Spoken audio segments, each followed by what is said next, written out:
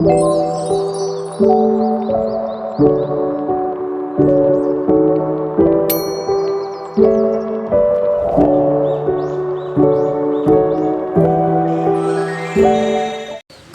kafir Quraisy dalam perang Badar telah membuat mereka menderita kerugian yang sangat besar, yaitu salah satunya perdagangan kabilah mereka ke utara, yaitu Syams, sehingga mereka sangat kesulitan untuk menjalankan bisnis mereka seperti biasanya. Maka para pembesar Quraisy itu pun datang beramai-ramai mendatangi pemimpin mereka, yaitu Abu Sufyan, yang kala itu masih belum beriman. Di hari itu, Abu Sufyan dan rombongan kabilahnya berdiri di depan dari Nadwah yang merupakan tempat pertemuan para pembesar dan orang-orang tua Quraisy. Kemudian salah seorang pembesar itu berkata kepada Abu Sufyan, "Muhammad telah membuat kami kehilangan banyak orang, maka kami rela memerangi betulan kaum Quraisy."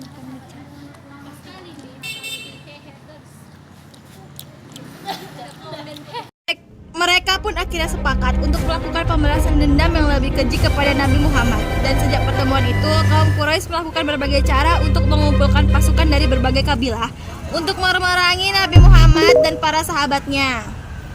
Selanjutnya, Sofwan bin Umayyah yang ketika itu masih kafir menemui Abu Riza untuk meminta bantuannya memerangi kaum muslimin. Abu Riza adalah seorang penyair yang telah mendapatkan ampunan kepada Muhammad dalam perang Badar, sehingga ia dapat bebas tanpa tembusan sepersen pun.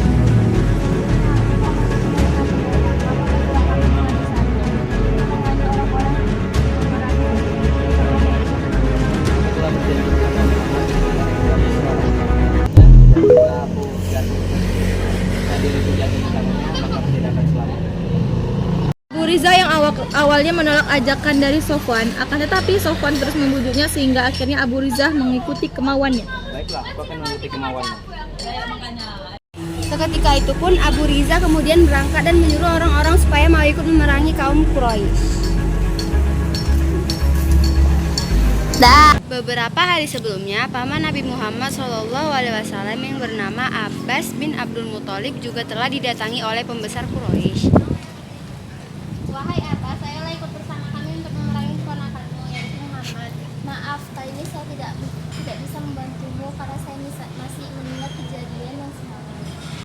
Akhirnya, ketika para pembesar Quraisy itu telah pergi, Abbas pun segera menulis surat untuk mengabarkan berita rencana penyerangan tersebut kepada keponakannya, yakni Nabi Muhammad. Dan ketika berita dari pamannya telah sampai kepada Nabi Muhammad, maka beliau dan mereka segera mengumpulkan para sahabatnya. Pantaslah bagi seorang nabi untuk menadang senjatanya lalu meletakkannya kembali di hadapan Allah. Sebaiknya keluar dan memerangi mereka di luar Madinah, sehingga kami yang tidak ikut perang Badar dapat merasakan perjuangan di medan pertempuran bersama Allah.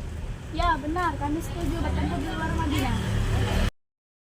Di saat Muhammad SAW sedang di kamarnya, para sahabat kemudian merasa bersalah karena telah memaksa kehendak mereka kepada Muhammad SAW.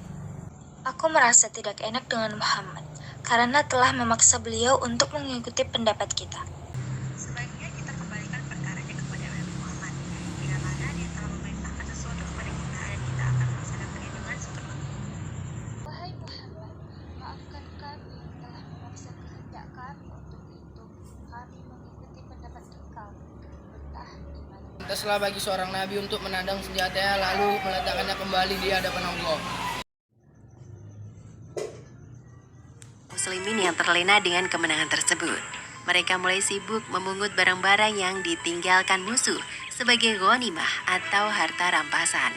Kemudian para pemanah yang ditugaskan untuk berjaga di atas bukit pun ikut tergoda dan ingin mengambil ghanimah seperti yang lainnya.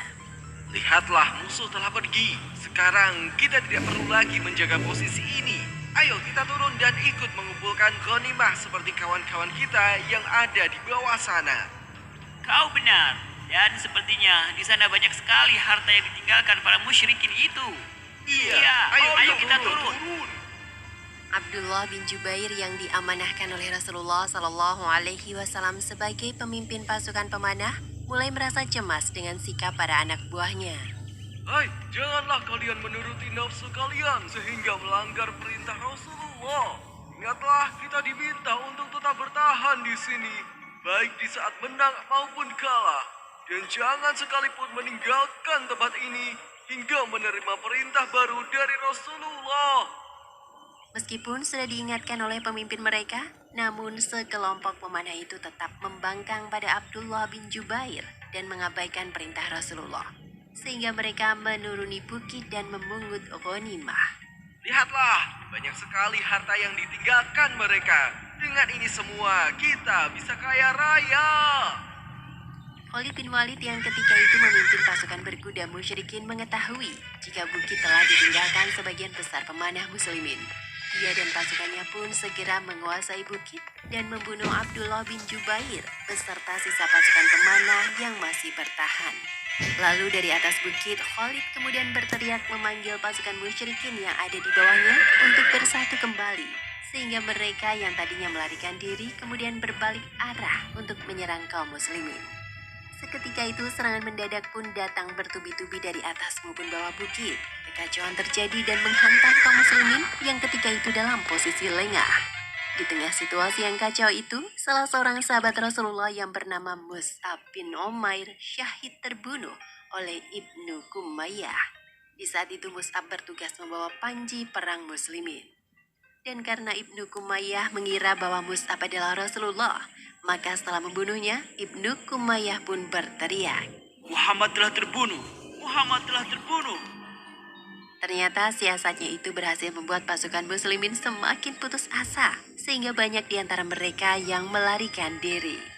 Namun sesungguhnya Rasulullah SAW masihlah hidup. Beliau dan beberapa sahabat lainnya berada di posisi belakang pasukan dan mengamati jalannya pertempuran. Dan ketika salah seorang sahabat menyadari bahwa Rasulullah masih hidup, ia kemudian berteriak dengan keras. Wahai kaum muslimin, bergembiralah kalian bahwa Rasulullah masih hidup. Tetapi Rasulullah segera menyuruh sahabat beliau itu untuk tidak berteriak, karena hal itu akan mengundang musuh datang lebih banyak. Dan benar saja, ketika orang-orang musyrikin Quraisy menyadari bahwa Rasulullah ternyata masih hidup, mereka pun memburu beliau dengan beringas dan penuh nafsu. Kala itu Rasulullah dikelilingi oleh beberapa sahabat demi melindungi beliau dari serangan musyrikin. Dan beberapa sahabat itu antara lain Abu Talhah al-Ansari, kemudian Sa'ad bin Abi Waqqas, Sahal bin Hanif, dan Abu Dujanah yang punggungnya penuh dengan anak panah musuh demi melindungi Rasulullah SAW. Abu Talhah al-Ansari mengingatkan Rasulullah agar beliau berhati-hati dari serangan musuh dengan ia menjadikan tubuhnya sendiri sebagai tameng dan bersiap melemparkan anak panahnya. Badanku ini menjadi tebusan bagi engkau. Janganlah engkau melihat-lihat keluar. Nanti engkau bisa terkena anak panah mereka, ya Rasulullah. Suatu ketika datang seorang tentara musyrikin bernama Ubay bin Khalaf yang bermaksud hendak ingin membunuh Rasulullah. Dan salah seorang sahabat beliau yang ada saat itu ingin mencegahnya.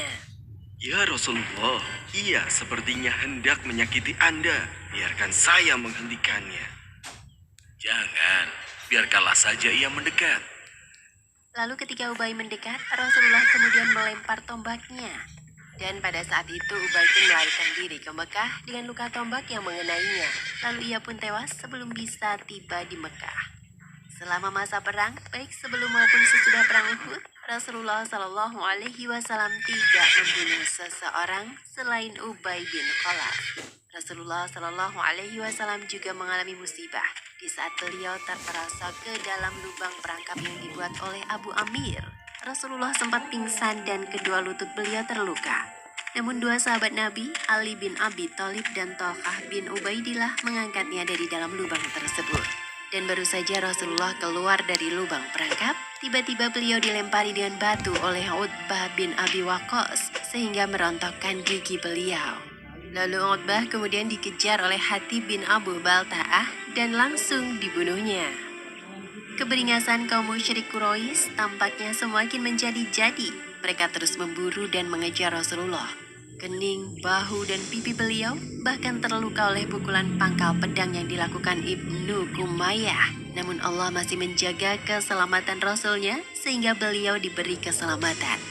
Di saat mendengar pelipis Rasulullah terluka karena tertancap bagian runcing topi besinya, Abu Ubaidah kemudian datang dan mencabut besi itu dengan menggunakan gigi.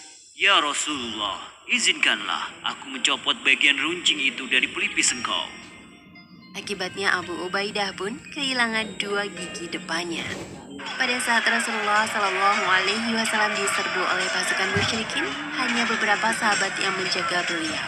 Hal ini dikarenakan para sahabat lainnya tengah sibuk menghadapi serbuan musuh di tempat yang berbeda, sehingga mereka tidak dapat bergabung untuk melindungi Rasulullah Shallallahu Alaihi Wasallam. Selanjutnya Rasulullah diapit oleh sahabat Sa'ad bin Abi Waqqas dan Sa'ad bin Ubadah untuk menaiki lereng bukit agar dapat menyatukan kembali kaum muslimin, yang juga ditemani oleh beberapa sahabat seperti Abu Bakar, Umar, Ali, Tolhah, Zubair, Harits, Ibnu Sumud, dan lainnya. Dan ketika Umar bin Khattab diperintah oleh Rasulullah Shallallahu Alaihi Wasallam untuk mengusir Khalid dan pasukannya pergi, maka perang Uhud pun perlahan berakhir.